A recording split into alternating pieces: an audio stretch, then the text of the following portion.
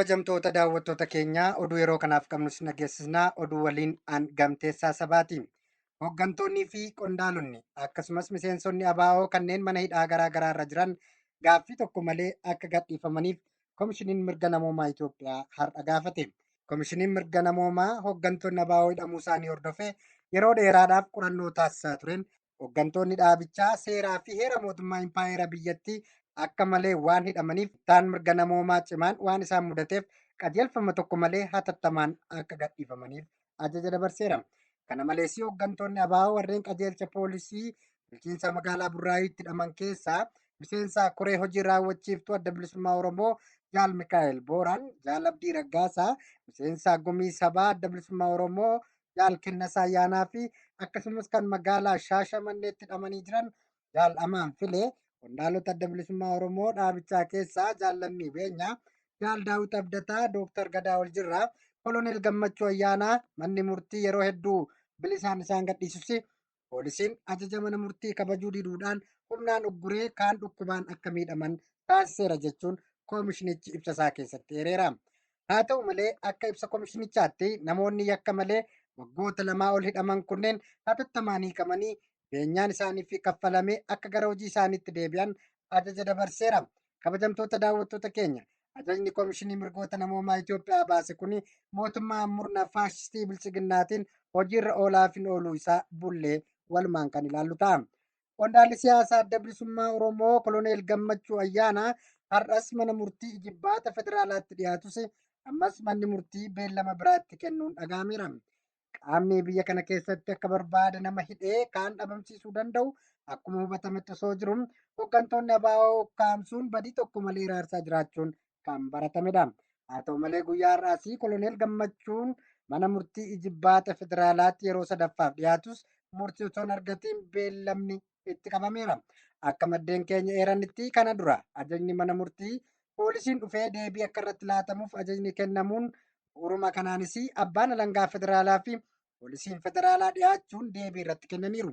Haaluma kanaan abbaan alangaa yaada kanaan dura Jaal Gammachuu Ayyaanaa laalchisee nuti dhimma irraa hin qabnu jechuun xalayaa barreessee poolisii federaalaatti kennuu ibseera.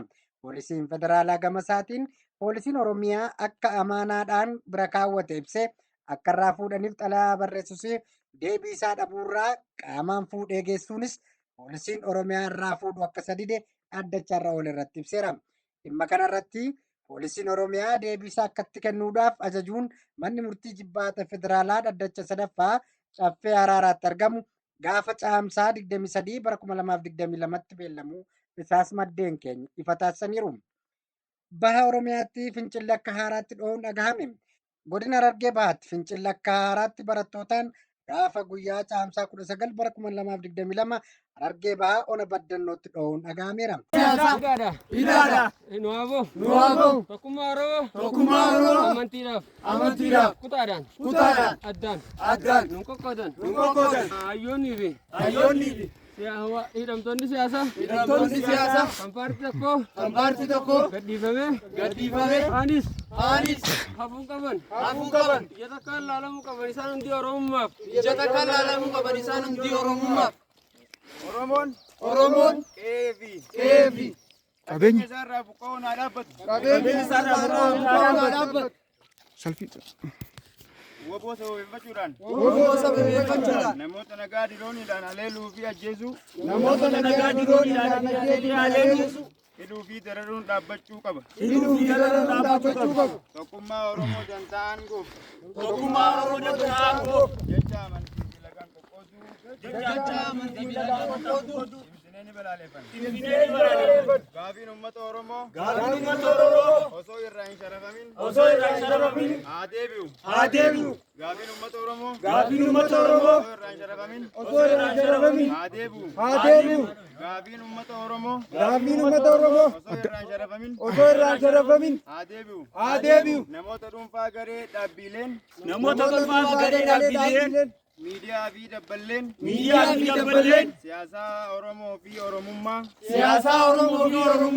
abaaraa oolan seeraan haa gaafataman.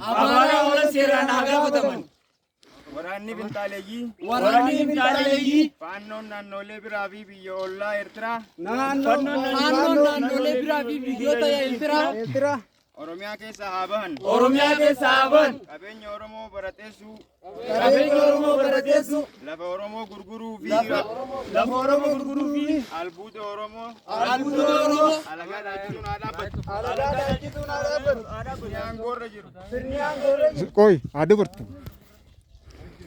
Mootummaan Fiifi. Hiree murteeffannaa saba Oromoo haa kabaju.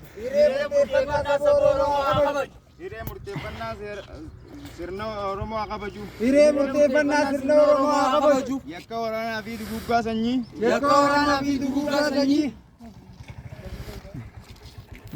Oromiyaa keessatti raawwataa jiru ni mormina. Yakki kun qaama walabaan akka qoratamu ni gaafanna. Fiippiin taa'ee jettee beelaa fi qaala'iinsa. Ajjechaa duguggaa sanyii jumlaan uummanni Oromoo yeroo ammaa murna PPtiin dhumaa jiru sababeeffachuun fincilli warraaqsaa akka haaraatti godinaalee Oromiyaa tokko tokko keessatti dhahuun barameera. Kanaan wal qabatees murni faashistii Abiy Ahimediin durfamu poolisoota federaalaatti bobbaasuun godina Harargee Bahaa Ona Baddannootti har'a yeroo murtii Alii jedhamu erga qabaniidhanii reebicha hamaan erga rageessanii karaatti gatanii biraa deemuun yeroo ammaa kana du'aaf jireenya gidduu kan jiru ta'uu jiraattonni maddeen keenyaaf ifa taasisaniiru. Bifuma wal fakkaatuun godina Matakkal aanaa Dibaatitti ganda Gipoo jedhamu keessatti waraanni mootummaa PP fi humnoonni Amaaraa Faannoo jedhaman nama nagaa dargaggoo maqaan isaa dargaggoo Waaqtolaa Lammeessaa fi obbo Warquu Waaqjiraa kan jedhaman ajjeesuun dhagahameera. Godina Walloo keessattis uummanni Oromoo hidhattoota mootummaa naannoo Affaarii fi garee shiftaa Faannoo jedhee of waamu kan mootummaa naannoo Amaaraan deeggaramuun hidhaa fi reebichi hamaan irraan gahaa jiraachuun dhagahameera. Godina Walloo aanaa Baateetti hidhattoonni Affaar qonnaan bultoota Oromoo 3 bakka tokkotti ajjeesuunis dhagahameera. Ajjechaa namoota nagaa ilmaan Oromoo irratti raawwateen mootummaan naannoo Amaaraa humnoota isaa garasitti bobbaasuun dhawwee keessan hiikkadhaa yookaan humnaan isinirraa hiikna jechuun halkaniif guyyaa mana qotee bultoota Oromiyaa diiguu akkasumas immoo qonnaan bultoota Oromoo naannoo sana keessa jiraatan humnaan ugguruu fi ukkaamsuun jabaateetti fufeera jechuun maddeen keenya achi jiran nu eeraniiru. Kabajamtoota daawwattoota keenyaa oduu guyyaa irraaf qabannee kan maangoolamnaa nagaan nuuf tura.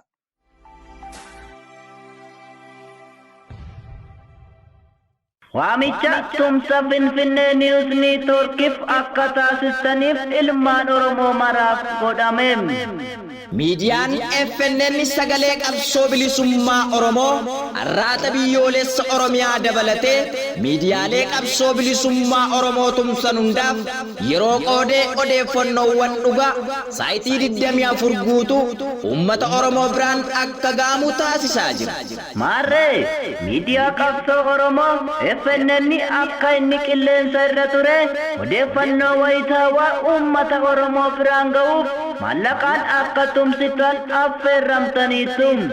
Tumsa FNN'if taasifamuuf caamsaa 22,2022 saayitii 11 AM Pacific 2 PM Est Zoom ID 6538 Duwwaa 983 70 Passcode RF3 DHN yookaan 5984 Duwwaadha.